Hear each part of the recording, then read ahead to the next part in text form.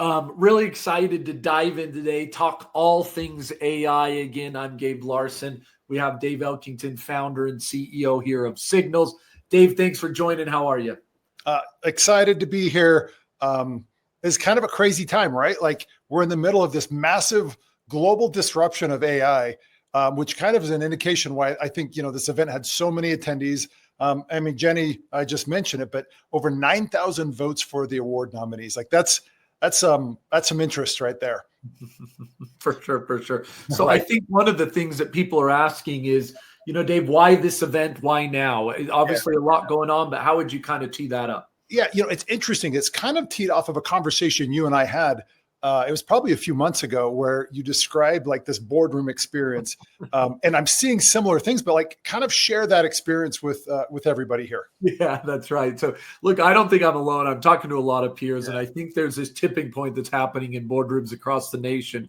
And you're either being lightly pushed or punched with different comments. And my experience was, I'm sitting in a board meeting and very respectfully, one of the board members was, hey, Gabe, I want to make sure in front of your peers here, I want to call you out, or I want to hear about your AI strategy and what you guys are doing. And again, I don't think I'm alone. I think across the nation, people are getting kind of that push of what are you doing with AI? But the challenge is, I don't know if that's where it ends. And something you and I were kind of chatting about is that feels a little bit like a solution more than maybe the problem that we're solving, right?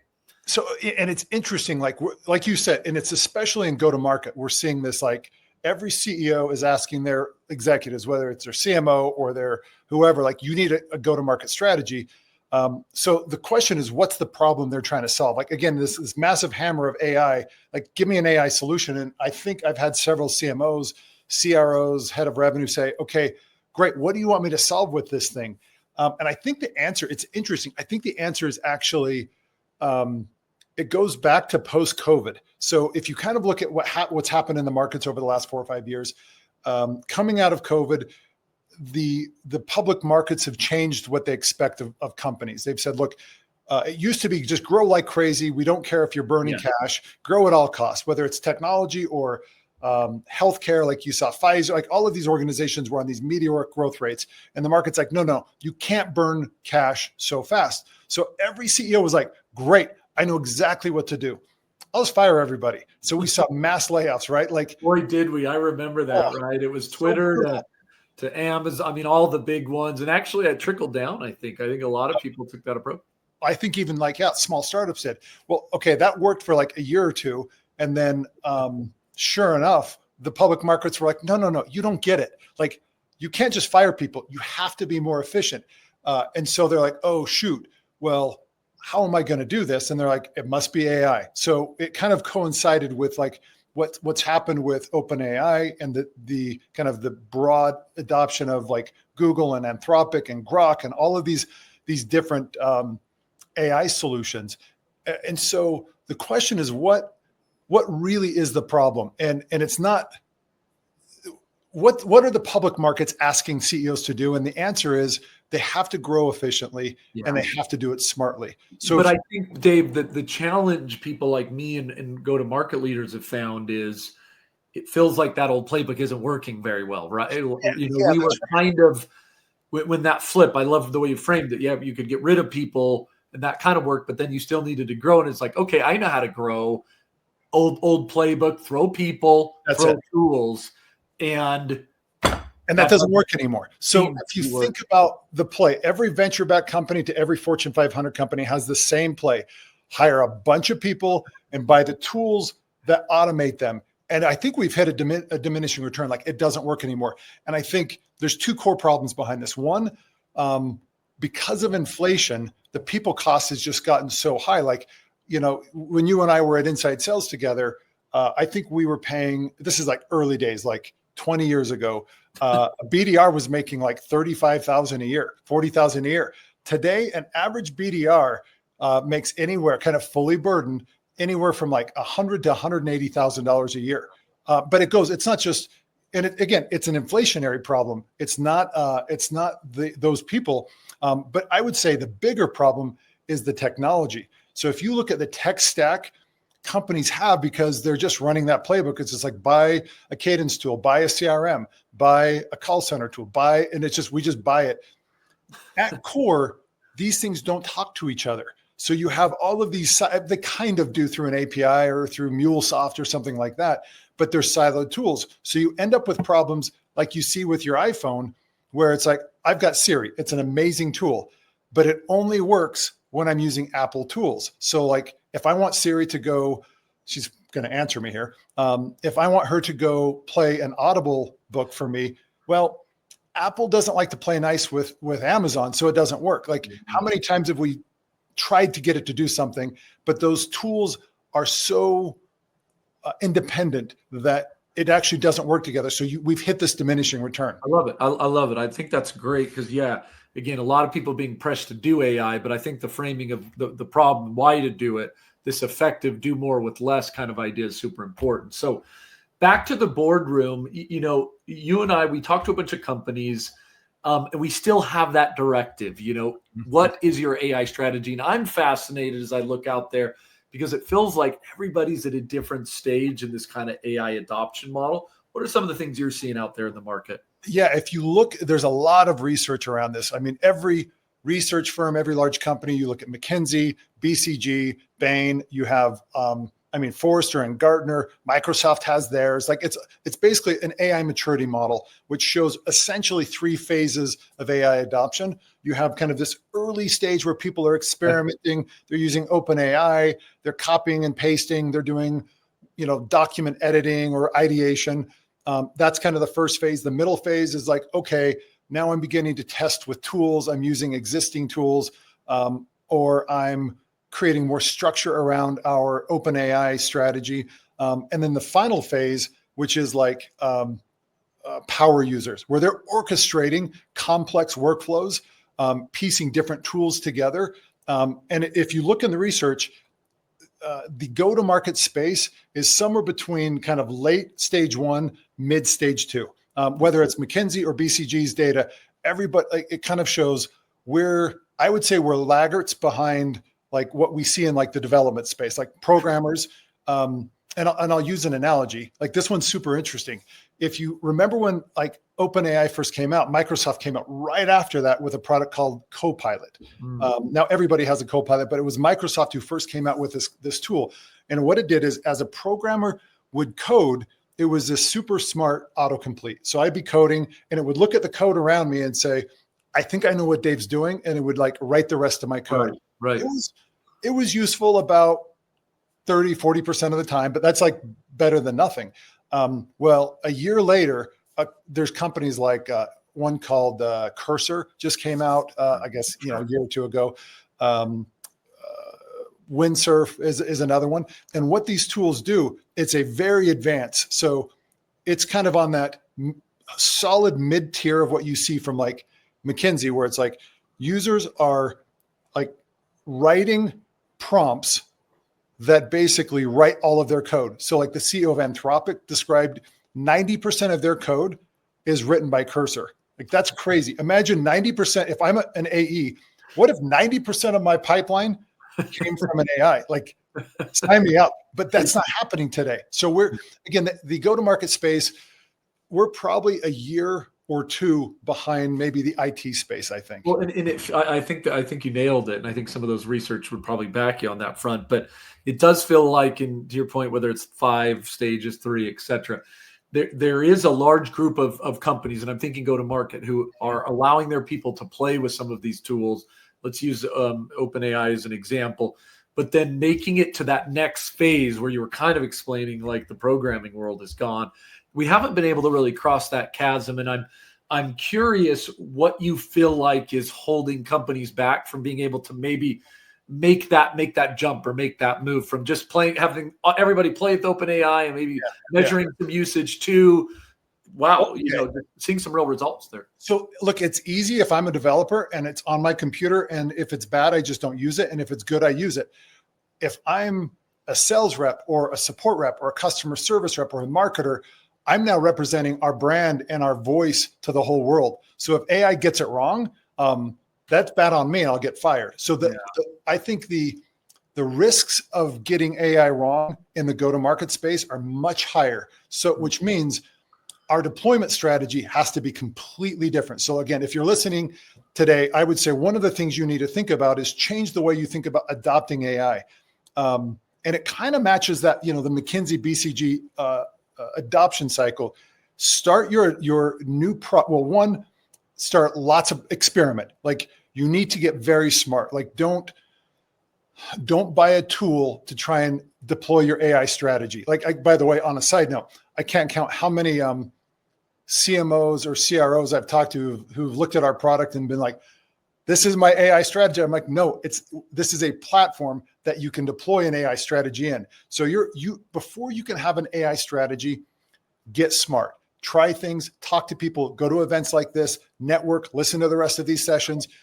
That's like your number one thing. Then begin validate, like test, run pilots across lots of different things. What we find is people are afraid to do just to even know if it works in their environment. So run a validation phase, number one. Number two, run a limited pilot. Think like 90 days. Yep. Once you've proven that, then think about scaling. So start small, test it, expand a little bit, and then expand more. Yeah, I think that's super important because there's so many people who are kind of throwing a tool at it, and as we've probably done in the old days, and that's not working. You can't, like, a tool isn't and in a lot of cases, they're not tools, they're teammates. And so you can't really just throw it at something. You actually have to like embed it, relook at your process and run through. I like that deployment strategy. Another thing you had mentioned, so one's deployment strategy. Another thing you mentioned is a little bit more around the tool itself. I think there are different types of kind of AI tools. Maybe click on that if you can quick. Yeah, I mean, and so the thing I would think about AI in the go-to-market space, because it's different. As I mentioned, AI is client-facing when we're in the go-to-market space, which means you have to treat it very, very differently. And by the way, just before I talk about the right way to do it, I'll share some of the wrong. Like, we're seeing companies, and I won't name companies, but there are companies out there that are taking kind of an automation spam approach to, a BDR or an AE type role. And they're just putting automation on the top of it. And it's burning. It's like, if you take a bad process and then you automate it with AI to be even better and even faster, you're going to get a lot of bad. So we're seeing that happen a lot. So be wary of tools that are like very niche, that do one thing, that are basically automating, one specific process that doesn't really have context. So in contrast to that, what's right is these AI tools, or these cloud, we call them a cloud employee, because it's different than just an agent. There's lots of agents out there, just some kind of automation. You need tools that have understanding of your entire tech stack and really the information that you have on your customers. So like, think it needs to have access to really your CRM information. It needs to have access to your marketing automation information. It needs to have access to your signal data. Like, it needs to know so that when it's interacting with your clients, your prospects, your customers, it has to have that context and can represent your company, represent your brand, represent your company's history. Like, if you don't have that, it's going to be a weird, uncomfortable experience for your buyers. Yeah, I think that's super important. And then talk to me a little bit about use cases. I was chatting with a friend recently, and I know AI will infiltrate everything probably and go to market at some point, but right now there does seem to be some winners and losers, and it feels like there's something there. You've got to be conscientious about the use cases you deployed in. Where are you seeing it? I would say, it's beyond conscientious. If you apply to the wrong use case, it's gonna crash and burn. So for real, because what'll happen is you'll try and solve something, it will interact with prospects or clients, and it'll embarrass you. You'll get fired. So just be wary. Think about the use case. We call them pressure point positions. So what you're trying to do is you're trying to find highly redundant, kind of tedious tasks that are the very same tasks that happen over and over and over every time. Those are like prime topics or prime use cases for AI cloud employees or AI kind of advanced AI agents. So the ones that we see that are really successful, one, think about like filling an event. I've got a customer dinner and I need to go get, customers to this dinner, or I have a virtual event like this. In fact, many of you were invited and are registered and attending today because you had an AI voice agent, a cloud employee from Signals, reach out to you and invite you. So like, think about like, that's a really good use case. Another use case would be like responding to a web form. So an MQL. So somebody fills out a web form. You could have a cloud employee call them immediately, schedule them a follow-up meeting for an AE. It could send email reminders the day of. It can send text messages like 15 or 20 minutes before. So we call them AI flows. So think about those use cases, not in like single transactions. Think about them as a multi-step, multimedia interaction process that's honestly just like a human would do it. Yeah. Look, I love that. I think if people are able to nail a couple of those categories, it would move you from that Chat GPT world, level 2 that's more right. into that next level. And that's focusing on use cases, getting more intelligent tools. And I think a deployment process that isn't just a tool. So love that, Dave. I wanted to ask one thing. I know, obviously, you guys had a big announcement in this arena with this concept of cloud employees. Talk to us a little bit about what Signals is doing and maybe how that differentiates a cloud employee from like an AI agent. AI agent. And again, I'll share a little bit about what we're doing, not as a sales pitch, but to understand the kinds of tools that I think are interesting that are emerging in the market. Obviously, we think they're very interesting.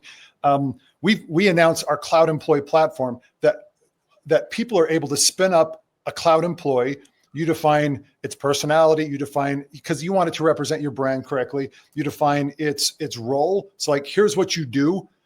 You're a web lead response cloud employee, or your job is to fill events or things like that. And then you actually give it its voice, whether it's a phone or an email or a chat or a SMS type cloud employee. And then you build that flow for it. And it has the ability to be fully interactive. But the most important thing is it comes pre-built with over 1 billion conversations. So it comes pre-trained, hits the ground running. Think about it as like an always-on teammate. Number 2, it has access to your whole tech stack. So like those agents, when I'll give you an example of if one of your Shopify customers calls into a cloud employee and says, hey, I have a return, like, where is it? It has access into Shopify. So it could say, oh, let me tell you where the return is. And then it has access into the US Post Office and says, hey, you should have it, you should have this return, picked up by tonight at 5 p.m. Sure. So it needs to have access to all of your data. And then the last 2 things it has to have your Signal data, needs to know, are they on the website? Are they on LinkedIn? And then I guess it needs to be learning and getting more intelligent and getting smarter. So that's kind of what Signals has produced. And there's it's not just us. Look at the market. There are people doing these kinds of things. Yeah. Any quick stories that you would maybe just kind of help fine tune so people can understand how some of the intelligence with these cloud employees work together to drive results that you could share? Yeah. I mean, look, the thing I would say is it's not AI like these agents or these cloud employees as you guys are experimenting. Again, think about that McKinsey maturity cycle. Do what you got to do, like find these use cases that help move you up in that. It was interesting, depending on the research, only between 1% and 8% of companies are in that advanced category. So the way to move yourself up there, there's a thing to be careful of, and it says it in the BCG study. Don't do a tool drop on your team where you just buy some AI tool that automates some process, because tool drops don't equate to adoption. So the one thing I would tell you is be wary of tool drops. Don't try and force your team or yourself for that matter too far forward in that adoption cycle. So learn like crazy. Research, again, I said this before, watch all of the different speakers today, test different tools, experiment, watch YouTube videos, talk to friends, do a lot of networking, just learn as much as you can. I would say that's one thing. Number 2, really be cognizant about as you look at the research, adoption is the big problem. It's not actually the technology. So think about adoption techniques. And then the last thing I would say is build a strategy outside of the tool. Come up with an approach then apply tools to solve it. So those are kind of my 3 pieces of advice. I love it. Well, Dave, it's always fun catching up, especially talking all things AI. So appreciate you taking the time for the audience. Enjoy the rest of the day, the rest of the sessions. Take care. Thanks.